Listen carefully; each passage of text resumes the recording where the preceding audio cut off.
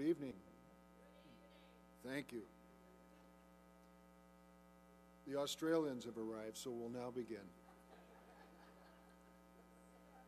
Welcome to CNU 16 in Austin, Texas, the capital of Texas and the home of the University of Texas and many other features, including a city that will add about 1 million households over the next 25 or 30 years, the booming metropolis.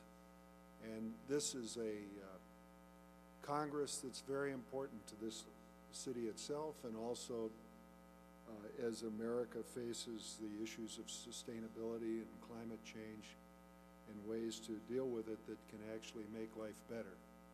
And that's what we focus on in the CNU, is the urban remedies that can help to reduce energy consumption and improve the quality of life and make the economy more efficient so people can make more money and we can eliminate poverty and make life better for everybody.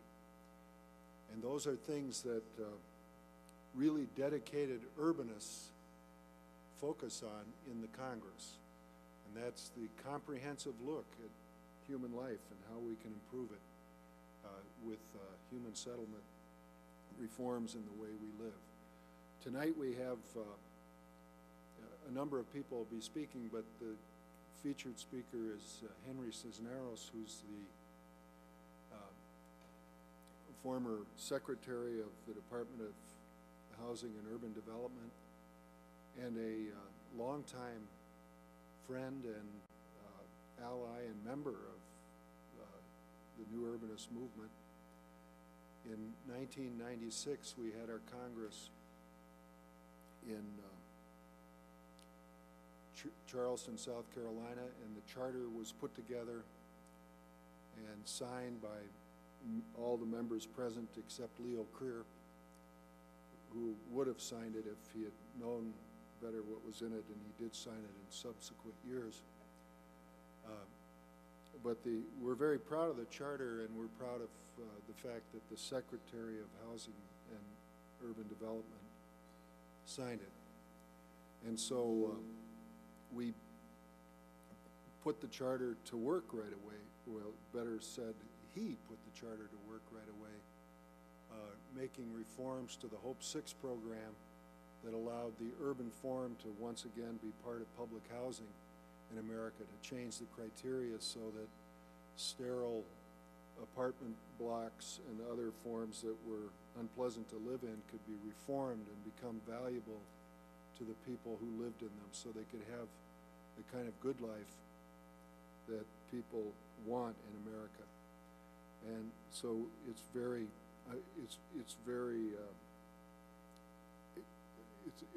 very high honor for us to have him come back and to be able to hear from him once again on not only that, but on the importance of urbanism and sustainability. Hank Dittmar, by the way, I'm John Norquist, the president of CNU. I forgot to say that at the beginning. Hank Dittmar is the chair of CNU and also the executive director of the Prince's Foundation in London. The Prince's, in case you wonder who the Prince is, it's Prince Charles. And Prince Charles is somebody who's been promoting urbanism for a long time, and we'll honor him on Saturday night by giving him an Athena Award. Not Hank, but Prince Charles. And Hank Dittmar has provided great leadership to our organization. He's also a signer of the charter and was there in Charleston back in 1996 when we all signed it. Also here tonight, I want to mention, and Hank will introduce him later, is Mike Krusee, who's an elected member of the Texas legislature and the chairman of the Transportation Committee, and somebody who has been drinking deeply lately from the New Urbanist cup, and likes what he's been drinking, and we appreciate that. And he's spreading it through the Texas. You don't want to take that too far. But he's been working with the Texas Transportation Commission and the Texas DOT and with others in state government. And he actually invited me to be on the advisory committee for the Texas DOT. And I'm just hoping that the Wisconsin DOT doesn't discover that that happened, so they don't, well, anyway. All right, so at this point, it is my pleasure to introduce the chairman of the Congress for the New Urbanism, Hank Dittmar.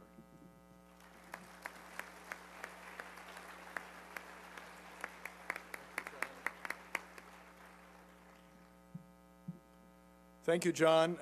It's a great pleasure to be here tonight in the opening of this Austin Congress. It's as those of you who know me know, I've led a nomadic life, and so I have a story about Austin as well.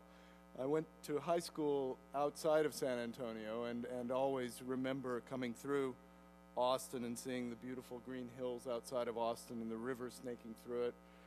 And the capital, and it was, I think, in those years a beautiful and sort of romantic oasis within Texas, and so I came back here for graduate school at the School of Architecture at the University of Texas. I ended up marrying a woman from Austin, and I've spent my life coming in and out of Austin and watching it change over the years.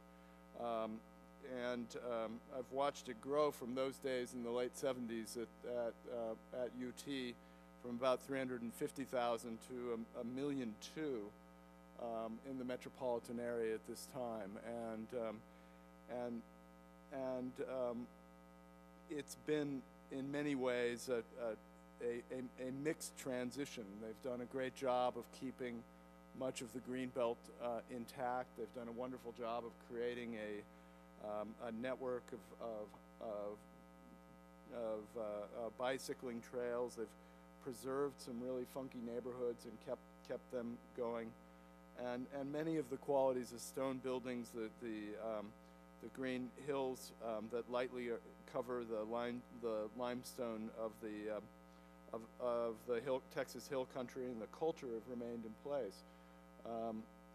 But this Congress, I think, comes at an appropriate time where Austin has engaged itself actively in smart growth and in bringing life and density back into the downtown, and begun to invest in public transport and in connectivity improvements to link the regions, the towns of this region together.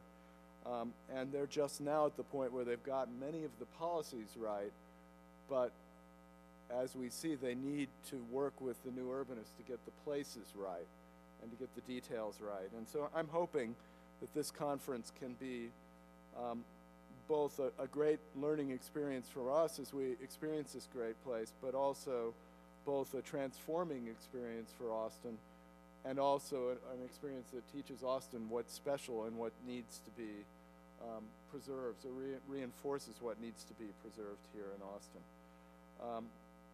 We are going to have a few tracks, a lot of discussion around the issues of climate change and sustainability over the next few days. And Ray Gindros, who's going to be taking over as chair of the CNU, has rightly said that the Congress for the New Urbanism has had a number of great opportunities and challenges in its time. And perhaps the first of those opportunities was the opportunity to get involved in Hope 6 that Secretary Cisneros gave us, and we rose to that challenge.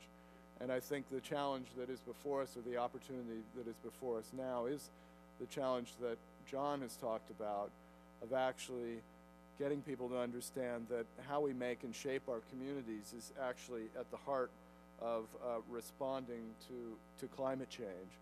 And that it's not just about the efficiency of our buildings, but it's about the efficiency of our cities as well. And so I counted, and I think there are 12 sessions that are dealing with environment, sustainability, and climate change, and we didn't make it a formal track, but it is a core emphasis of this Congress. And I hope a chance for all of us not only to engage with the messaging and the politics of it, but actually to improve our practice and learn to do a better job. And with that, I think it's time to really declare the Congress 16 officially open. I know you've all been here for 2 days, but we just now started.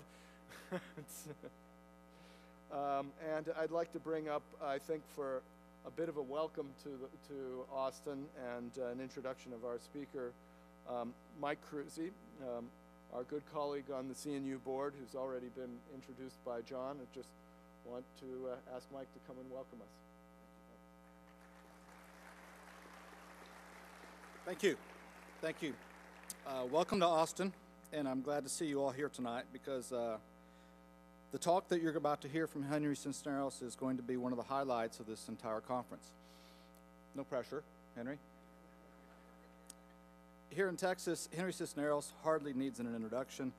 He is universally acknowledged to be the most gifted and dynamic politician in Texas for the last 25 years.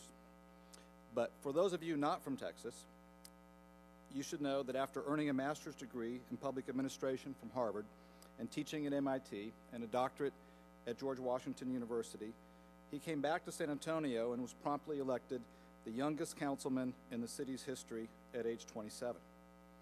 And perhaps the best way for you to understand how wildly popular Henry Cisneros was in Texas is to relate it to the current enthusiasm for Barack Obama. Everything that Obama talks about avoiding political labels, about forming bridges between conservatives and liberals to consider the needs of all the people of our nation, Henry Cisneros actually did all of that 25 years ago. Like Obama, and as you will see in a moment, his infectious energy and his hopeful visions served to unite people and put aside squabbling in order to act for the common good. You know, a good politician works hard for his district, but a true leader transcends politics by working to make future generations better without regard for his own legacy. That is why he was elected to be the first Hispanic mayor of a major U.S. city in the United States in 1981, and then was reelected with an unprecedented 93% of the vote. He was so successful that while he was still in his 30s, Walter Mondale interviewed him for the vice presidency of the United States. Everyone here in Texas kept expecting Henry to run for governor or for senator, and if he'd done so, he would have easily won. And that's what we expect our star politicians to do. But even as popular as he was, Henry Cisneros' ambition was never to be someone great. It was always to do something great. And so instead of running for higher office, he accepted President Clinton's appointment to be the less than glamorous Secretary of Housing and Urban Development, an agency with an ugly history of failed projects, and an agency that many people wanted to abolish at the time. Henry Cisneros took the road less traveled, and as the Robert Frost poem goes, it has made all the difference. What he did at HUD is the subject of his talk today, and so I'm not going to go into it. But I do want to say something about his life after being secretary, because again, he did not take the common path of cashing in on his name and his celebrity. His contributions to urban renewal and revitalization, his efforts to help the poor and the disenfranchised, his commitment to improving cities, these things did not end with the end of his life in public service. He is now in the private sector as chairman of CityView, which identifies sites, plans neighborhoods, organizes and develops land, and finances the building of homes. In other words, he's doing the hard work of implementing the principles that he has believed in all his adult life, that the strength of our economy, the health of our democracy, and the vitality of our human endeavors are all dependent on whether America's cities work. Ladies and gentlemen, Henry Cisneros.